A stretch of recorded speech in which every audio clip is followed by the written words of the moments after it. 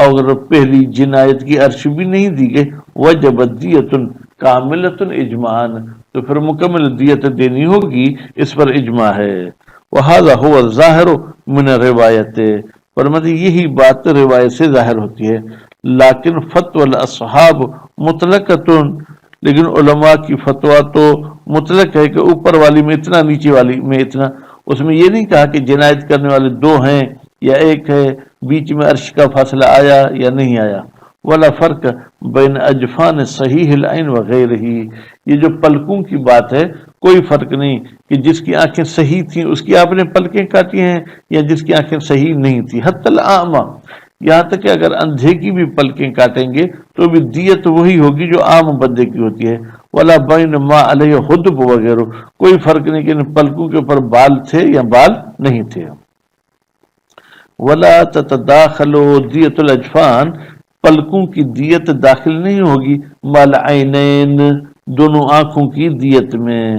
ولو قلعہما معا، اگر کوئی شخص آنکھوں کو اور جو ہے کیا ہے جناب اجفان دونوں کو کاٹ دیتا ہے، اکھاڑ دیتا ہے، تو بھی کیا ہے بل تجب علیہ دیتان، تو اس پر دو دیت واجب ہو جائیں گی، ایک دیت آنکھ کی اور ایک دیت جو ہے کیا ہے جناب پلک کی۔ لأصالت عدم تداخل، ہم شک کرتے ہیں کہ ایک دیت دوسری دیت میں داخل ہوگی، یعنی اصل یہ ہے کہ داخل نہیں ہوگی۔ وفی عین ذی الواحدۃ، اچھا اگر ایک آنکھ نکالی گئی وہ بھی کس کی، وہ بندہ جس کی ایک آنکھ تھی، کانا تھا، کمال دیت، اس کو مکمل دیت دینی ہوگی کیونکہ اس کے دیکھنے کا دار و مدار اسی ایک آنکھ پر ہے۔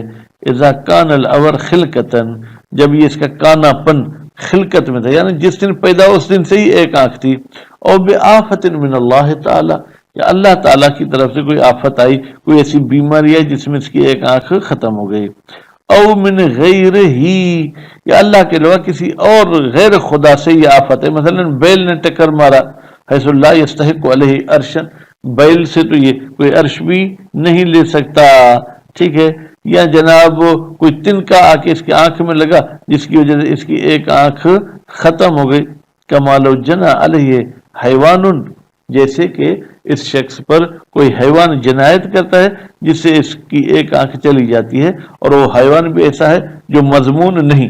اچھا حیوان مضمون بھی ہوتا ہے کیا؟ جی ہاں، اگر میں کسی حیوان پر سوار ہوں، اس نے اپنے منہ سے یا اپنے اگلی ٹانگ سے کسی کی آنکھ کو ختم کیا، پھر اس کا میں ضامن ہوں۔ وَلَوْ اسْتَحَقَّ دِيَتَهَا، لیکن اگر اس کی آنکھ کو کسی ایسے شخص نے نقصان پہنچایا جس میں یہ دیت کا حقدار تھا، وَإِنْ لَمْ يَأْخُذْهَا، اگرچہ اس نے اس شخص سے آنکھ کی دیت نہیں لی، اور ذہبت فی القصاص، یا اس کی یہ ایک آنکھ ختم ہوئی تھی قصاص کی وجہ سے، کیونکہ اس نے کوئی ایسا جرم کیا تھا، تو اب اس کی ایک آنکھ بچی، پر نصف فی صحیحت، تو اس کی صحیح آنکھ کے بدلے میں ہم آدھی دیت دیں گے۔ اما الاول فموضع وفاق، کہتے ہیں وہ جو پہلی بات تھی کہ جب خلقت میں اس کی آنکھ چلی جائے تو پوری دیت دینی ہوگی، اس میں تو اتفاق ہے، علامہ ذکر ہو جماعت، جیسے کہ اس کو جماعت نے ذکر کیا ہے۔ واما ثانی، باقی جو دوسری بات تھی کہ جناب اگر اس آنکھ کے بدلے میں اس کو دیت وغیرہ ملی ہے، وہ مقتضی الاصل فی دیت العین الواحدہ، تو ایک آنکھ میں یہی اصل کی تقاضا ہے کہ آدھی دیت دینی ہوگی۔ وذهب ابن ادریس، ابن ادریس صاحب نے نظریہ دیا ہے علی ان فیہ ہنا ثلث دیت، اس آنکھ میں یہاں پر کا مطلب کیا ہے کہ جب آپ کی آنکھ پہلے سے ہی کسی جرم کی وجہ سے گئی تھی، ثلث دیت خاصہ، اس میں صرف تیسرا حصہ دیت کا دینا ہوگا۔ وجعلہ الازہر فی المذہب، اور کہا کہ ہمارے مذہب میں اظہر یہی ہے کہ اس میں ایک ثلث دیا جائے گا، وہ وہم، یہ ابن ادریس صاحب کا وہم ہے۔ وفی خسف العین الاوراء، اگر کسی کی آنکھ نکالی گئی ہے جو کہ آنکھ اورا تھی، اورا یعنی فاسدہ، وہ دیکھتی پہلے ہی نہیں تھی، ثلث دیتہا، تو اس میں جو ہے کیا ہے ہمیں دیت کا تیسرا حصہ دینا ہوگا۔ حالت کونہا صحیحتن علی الاشہر. کو کیا مطلب بھائی، اگر یہ صحیح ہوتی اور ٹھیک ہے، جو کہ ٹیڑھی پھیڑی آنکھ تھی تو اس کی کتنی دیت تھی؟ اب اگر یہ نکالی تو اس آنکھ کا تیسرا حصہ دینا ہوگا قول مشہور کے مطابق. وَرُبِّيَ رُبْعُهَا، اور ایک قول کہتا ہے کہ اس صحیحہ کے ربع جتنا اس اورا آنکھ میں دیت دیں گے.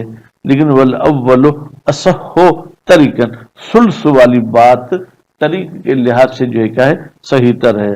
سواء کان الاور یا اویر من اللہ تعالی، چاہے یہ آنکھ کا ٹیڑھا پن، آنکھ کا فاسد ہونا یا اللہ تعالیٰ کی طرف سے ہو، او من جنایت جانن، یا کسی جنایت کار نے جنایت کی ہے، چاہے اس نے اس کی عرش لی ہے چاہے عرش نہیں لی ہے. ووہم ابن ادریس ہونا، اور ابن ادریس صاحب نے اس اورا والی آنکھ میں بھی وہم کیا ہے. وفرق ہونا ایزن کے سابق، یہاں بھی سابق کی طرح جو ہے کیا ہے اس نے وہم کیا ہے. وجعل فی الاول النصف وفی الثانی الثلث، پہلی صورت میں جبکہ کسی نے یہ جناب ایسا کوئی اس پہ نقصان نہیں پہنچایا تھا تو اس میں نصف ہے، اور جب اللہ تعالیٰ کی طرف سے یہ آنکھ میں عیب ہو تو اس میں کہا ہے کہ ثلث دینا ہوگا. تو بہرحال ابن ادریس صاحب منفرد نظریے پیش کرتے ہیں، اللہ ان کی مغفرت کرے. وصلی اللہ علی محمد و آل محمد.